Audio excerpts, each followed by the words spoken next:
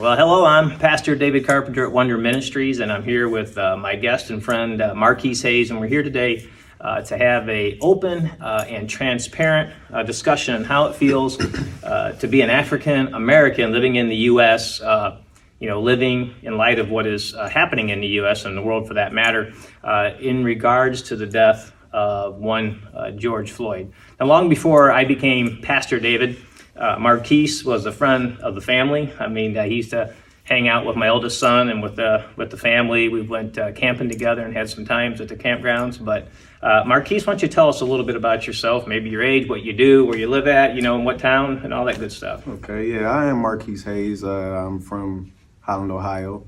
I'm employed by Fiat Chrysler. 35, soon to be 36.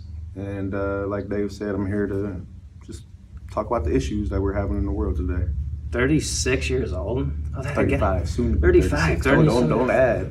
I guess if my oldest son's that old, I guess you're that old, man. I thought, I'm not so old no more. You're getting old, man. I am. All the grades are popping out and everything. Oh, man. I do want to thank you for taking the time to come in and talk to me today about what shouldn't be a sensitive issue in America. It should be something that we shouldn't even have to be talking about. And, we really need to be careful when we get our information. I'm looking on Facebook at what's happening, and I'm looking at, people's opinions and how they're standing for stuff and they're against stuff, whether it's of color or religion or, politics. And too often, we take sides with that which we don't understand. We haven't researched it. And so often we spend the time to educate ourselves on what we believe in or what we trust, but we don't take the time to get educated on the other side, to go on the other side of the fence, so to speak. A number of years ago, maybe 10 years ago, I was serving in a homeless community in Tampa, Florida with some friends of mine. And I was talking to a young man who was homeless about God, and he didn't want to hear about it.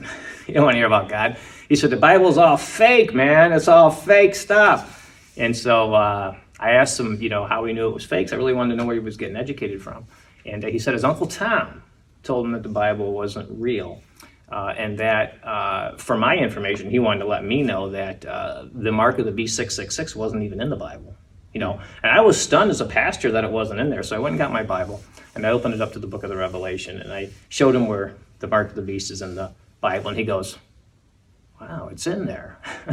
Because he took a position with somebody else and didn't educate himself on a topic. And so he took a false position against something that he shouldn't have. And so that's why we're here. We want to talk about stuff. We want to go back and forth and have a little dialogue. So I want to get right to the heart of the matter. I'm just going to go right for it. So I want to get your thoughts on the death of George Floyd and what was going through your mind. What was going through your mind is, you watched the video? Yes, I have seen the video. I don't think anyone hasn't in this country. So you watched the video. So what was going through your mind as you heard him plea for his life and literally you watched him die?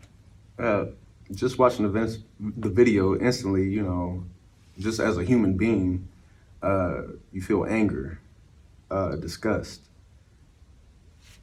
This shouldn't be happening. There were, 3 officers that were kneeling on top of him, one with his knee to his neck.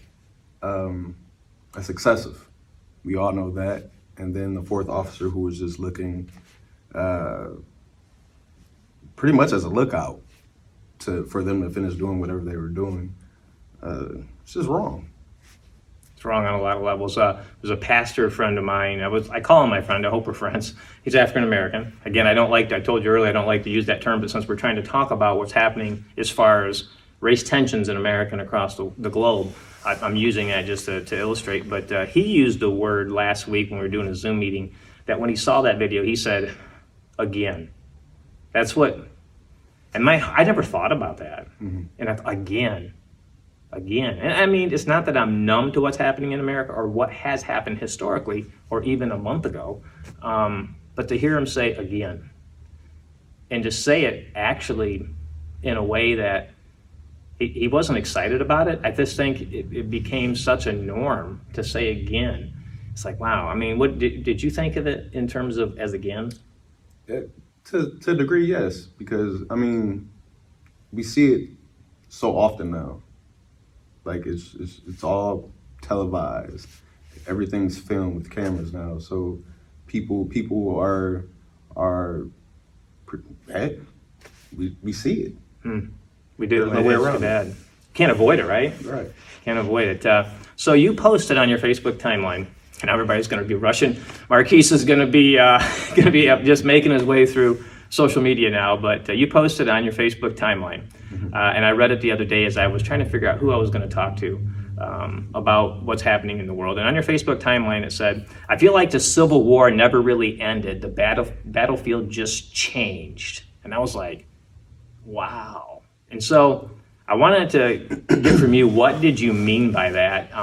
Were you looking at a geographical change, that it moved from Gettysburg or Vicksburg or Manassas to maybe your home, Toledo, or somewhere else, regionally? Or is it a strategy? Did a strategy change? So I don't want to speak for you, but what were you feeling when that was a powerful post. For me anyway, it moved me powerfully and convicted me. So go ahead. What I meant by that is, as far as the Civil War, back then they were fighting to end slavery. Essentially, has it really been ended? Okay. We're still fighting for people being pretty much in the modern day lynched. Mm-hmm. You can go from Eric Garner to all the way to here to what's his name, Aubrey. Aubrey down Georgia. Yep, and now George Floyd. Mm-hmm. Like, it's just ongoing. So what since that time, that bill being signed to end slavery, what has changed? So the oppression of the African American people in the United States of America, while it looked like there was a victory on paper, Right.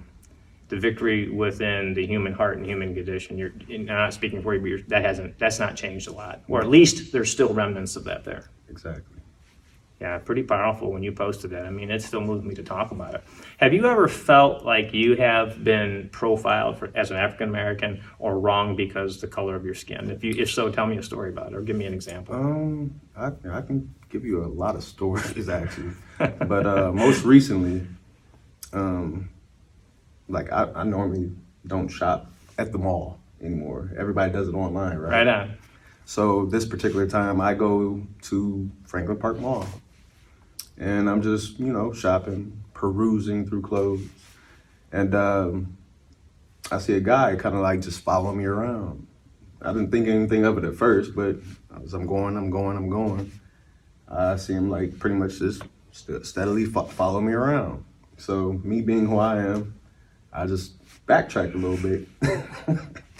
So I kind of like started following him. Soon he walked off.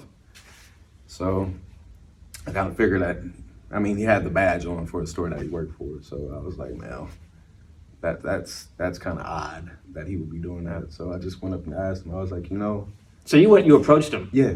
All right, come on now. I said, as me being a shopper in your store, why can't I shop like any other person would shop and be free to shop without you standing over me? He had nothing to say. You're in cruise control, you're in the store, you just set the cruise on, right? And all of a sudden you're tailgated by store security. Right. Yeah. No, he wasn't even security. He was an actual employee of the store. Employee of the store. Yeah. And he had his employee badge on. Right. Gotcha. So he's following you around, just keeping an eye on you. Nothing better to do, so he's tailgating you. We hear too many stories about that in this country. I talk to people, throughout the week, about how because of the color of their skin, they seem to be, profiled, whether it's the neighborhood over policing, or you and I have had these discussions lightly we didn't actually have them on voice, but through social media. I've seen posts and just there's a lot of that stuff going on. So I want to get your insight, on what's happening today on protesting versus rioting. So protesting, which is an expression of disapproval, versus rioting, which is really this violent disturbance or outburst. And I don't want to put words in your mouth, but I want to get you to give me your insight in light of what's happened with George Floyd on protesting versus rioting, and what's the benefit, if any, of it?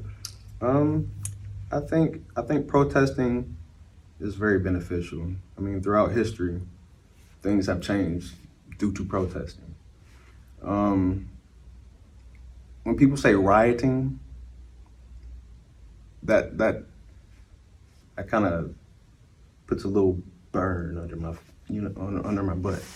I kind of look at it more as rebelling, because when you say rioting, I see it more as like a few people in the community that are pretty much disturbing the peace. Mm-hmm. When you say rebelling, it's the community itself trying to overcome whatever power there is that's oppressing them. Mm-hmm. That's what I see that's going on right now. Which is the most productive Which is for the cause? for the cause? Honestly, I don't know. There's been no change. People have protested silently, no change. People have rebelled publicly, no change. Like, what is there to do, you know? Right. Right. And so sometimes in the midst of that, when you're trying to get people's attention, a certain amount of anger comes out. I'm sorry, I don't mean to get all You're all right, brother. misty. A certain amount of anger comes out. You feel it, man. You're feeling your pain. And I appreciate your transparency. But as I sit and watch it, and I see, some of from my side, I'm looking at as public displays of anger. And I know there are some, and I get it, and you might agree with me, and I'll let you say whether you agree or not. I'm sure there are some that are in the midst of either the protest or the rebellion or the riot that are there for the wrong reason. Right. They're making this to dishonoring what the people are trying to accomplish. I get that. And do you believe that? I understand. Yes. But I think,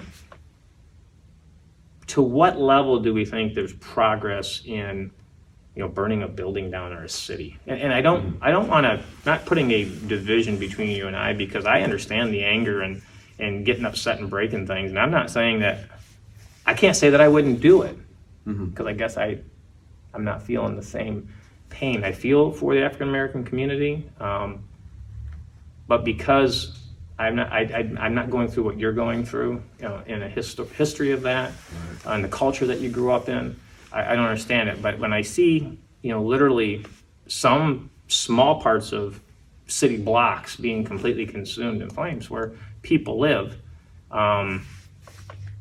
I just see another layer of difficulty to come through. And that's just my opinion. Yeah. You are right about that. I do not condone rioting, but yet and still I understand it. Sure. I was talking to an individual the other day, right? And we were saying that it was said that why are black people rioting in their own community, burning their own, assets for the most part?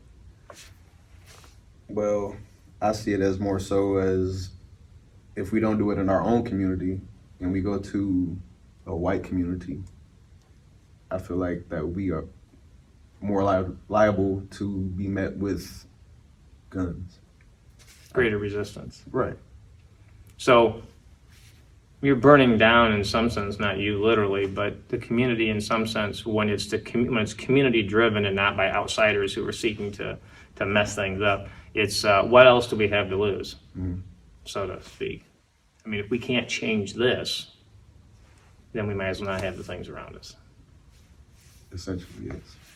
Man, that's powerful stuff. Now, I think, this is coming from me, and I want you to, speak at me at will. But some of the things that I think, drive, this division within our country and maybe even across the globe, and I think that, we're going to have a hard time overcoming it, is that people are so divided in this country because of politics, because of what's happened has been politicized. People have different political views. We have, unfortunately, we've labeled people left and right, red and blue, liberal and conservative, patriot versus protester, perception versus perspective, philosophies versus ideologies.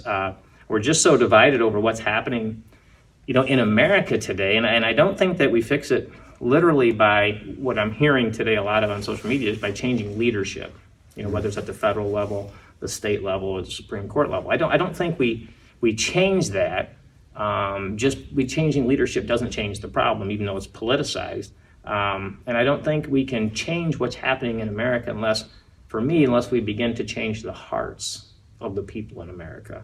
You and I talked about this just a little bit. I think we need to get to the point where we can embrace one another. We can change leaders, I think, all we want in this country. if you had hate in your heart towards another race, in this case, the African American community, if you had hate in your heart when Jimmy Carter was in office, or when Ronald Reagan was in office, or if you had hate in your heart when Bush 1, Clinton, Bush 2, Obama, and even Trump, right? What good's voting for another leader? That's gonna continue to exist, because obviously it's been existing going back to your point back on your post. It pre-existed the Civil War, and Civil War just became a landmark opportunity for us to say change is going to happen going forward. But what did we really see, right? So I know there's been a lot of great movements and a lot of great causes. I know there's been a lot of great improvements, but I think that the end zone has kind of gotten longer than it should be, and it's taking us a lot longer to score on this and to get our end result. So why don't you comment on what I just said? As far as What I just said about leaders and what you think about, I do believe that leadership needs to work toward resolving the problem. I just don't know that changing leaders solves the problem. yeah, like you said, it starts with us. Like, you have those who just are so strong about what they believe, they don't want to hear or understand what others have to say. How do we get through to those people? It's tough. Like, even with the leaders, like I said to you earlier, I feel like everybody puts all the blame on the president. You can't put it all on him, because he's not the one who's able to make law a law. You have to go through the different steps. Yes. Senate, House, and the balance of powers, right? Yes. But I don't know, Dave. It's tough, man. So if the president says something that my heart agrees with, the problem is somebody else's heart doesn't agree with it. Right. And then maybe if it even does, we get to this point where it goes to the Congress, right? Then the House may like it or they may not like it, or the Senate may like it and they may not like it. And then there's the Supreme Court. So it's just layer after layer after layer. And I think until we can change the human condition, it's going to be really difficult to resolve this problem. I know that even within my own circle, and I read more on your Facebook page, recently, that just trying to have the discussion that we're having would have already went sideways. Right. Because we can't have a dialogue. No. We're not sitting here saying whether we agree or not. I'm asking you questions, and I want you to be honest. I want to hear your expression of how you feel, and you showed some emotion, and I can appreciate your honesty. So your opinion on racism, how wide a brush do you paint with that today? Is it a broad issue? Is it a little bit more narrow issue? Right now it looks very broad because all the mainstream media is focused on it, right? We're like zeroing in on the cancer and not looking at the rest of the body. So do you paint it with a broad brush or a narrow brush, or what's your thoughts on it? I believe racism is a huge problem. It really is. Like, you don't see it like right now, but if systemic racism is a real thing, you can look at the education, just being able to get a job. Because of my name, Marquise, I might not get a job, opposed to a guy named Bill or James. Like, they just know who I represent, what ethnic background I come from. So they're making an ethnic or cultural application before they even meet you. Exactly. I'm not going to disagree with you on that. How broad or how narrow that is, I don't know, but what you're saying certainly exists. And so what brings this about in people? I mean, how does this get to where people feel that way or do these things? I don't mean like you, but I mean the white community, and I'm trying to look from your perspective, right? So as a person with the name Marquise, puts in a job application, sends in an email, whatever it is, and I have Marquise on there, and the feeling, that you have emotionally or whatever that is inside you that says, I may not get a job because of my name, so I'm not Bill or James. What do you think brings about that within the human condition, that person that's receiving that information? It has to be, it's taught. Like, when we leave the womb, we have no inclination about black or white. We just love one another, You can go to a park right now, kids of all colors will just come together, play, have a great day. But you can go to the workplace, put black and white, brown and yellow together, issues all day long. Somebody stabbing a hoop, or somebody stabbing somebody in the back, or talking about whoever. It's always an issue. How do you get past that? So that's probably, it's education and, well, it's teaching education. I don't mean education in academia, but education at home, in community, because the time as a child, we spend most of our time in our home and in our community, whether it's your street or your neighborhood.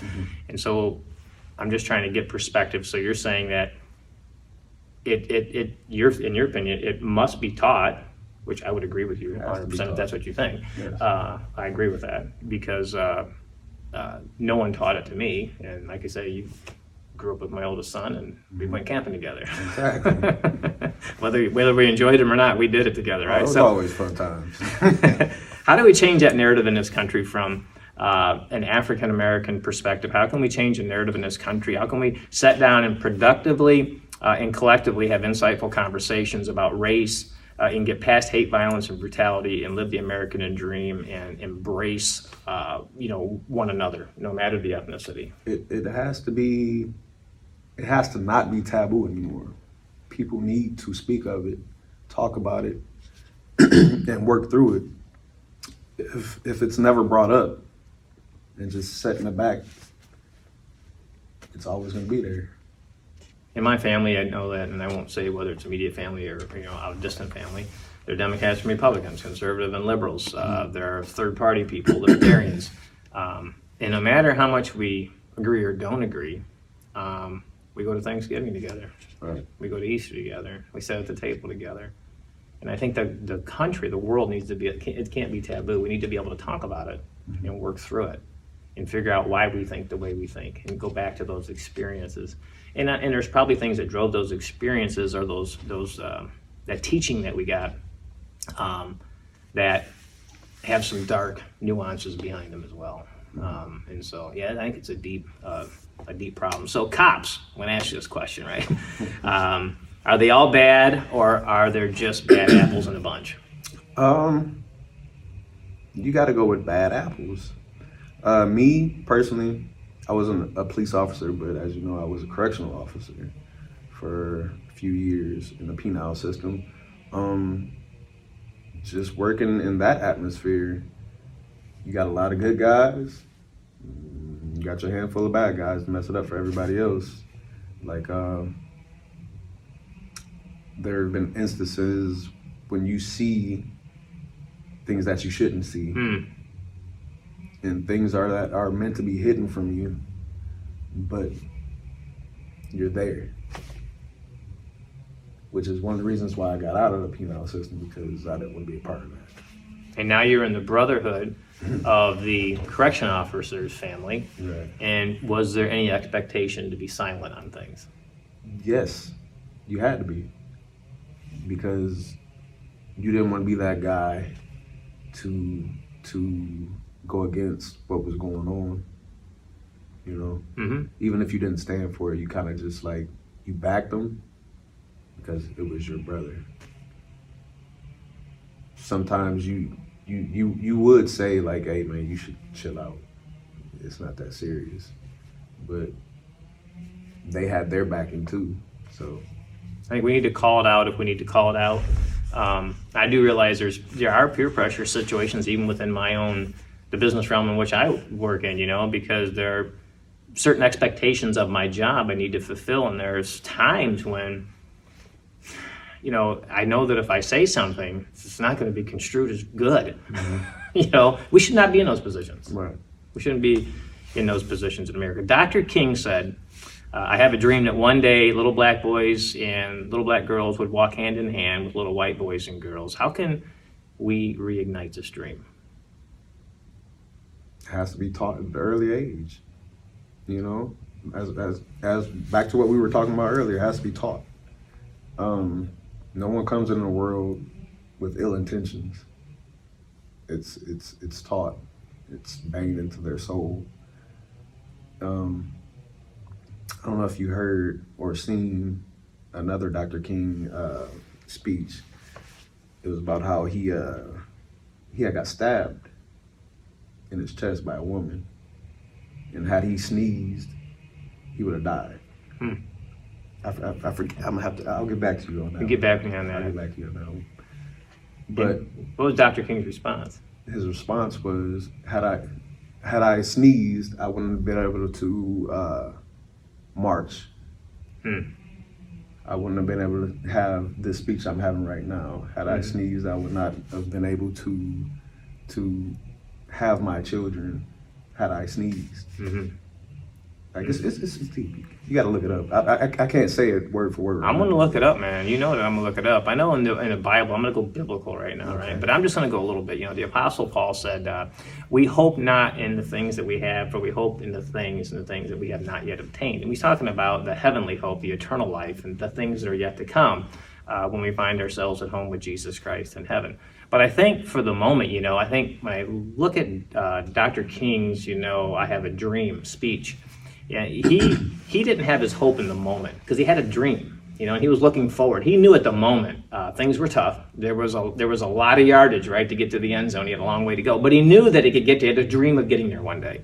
And I think that's what the Apostle Paul was saying. We hope not in the things that we have because we already have them, but we hope in the things that we have not yet obtained. And Dr. King was looking forward to obtaining that day when little black boys and girls could walk and hold hands with little white boys and white girls. And I think that, you know, we need to keep working forward. We need to talk. And that's what we need to have conversation. We need to teach our kids differently. And I think that, you know, for anyone that's taken the time to watch this video up to this point and you haven't checked out on us already, you need to sit down and talk with people. You can have an opinion, but be educated on the other side of that opinion. And maybe through conversation, maybe through listening and watching, maybe you'll find out that it's, you know, you're not going to die by talking to someone of the opposite color who may not even agree with you 100%. You may not agree with them, because I think it starts there with conversation. So if you had a message today as we get ready to wrap it up, if you had a message for folks today, regardless of ethnicity, and you can direct it at ethnicity if you want, a specific one, what would it be? And you have the last word here. Okay. I don't know. I would tell people to look up Dr. Jane Elliott. Dr. Jane Elliott. Dr. Jane Elliott. She's a teacher / activist. She's known for the blue eye, brown eye,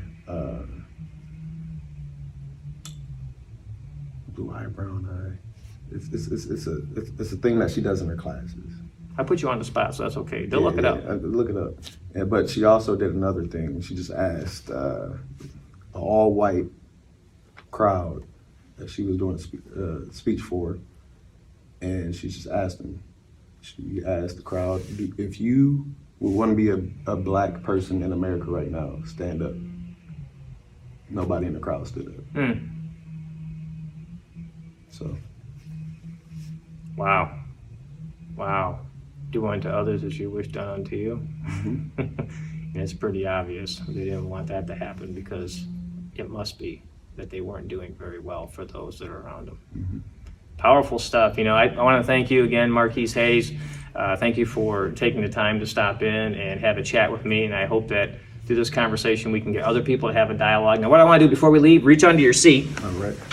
You got this blue nitrile glove, right? Because it is COVID-19 season. You see, we got a table and we ain't next to each other, right? Put that glove on, man. Right?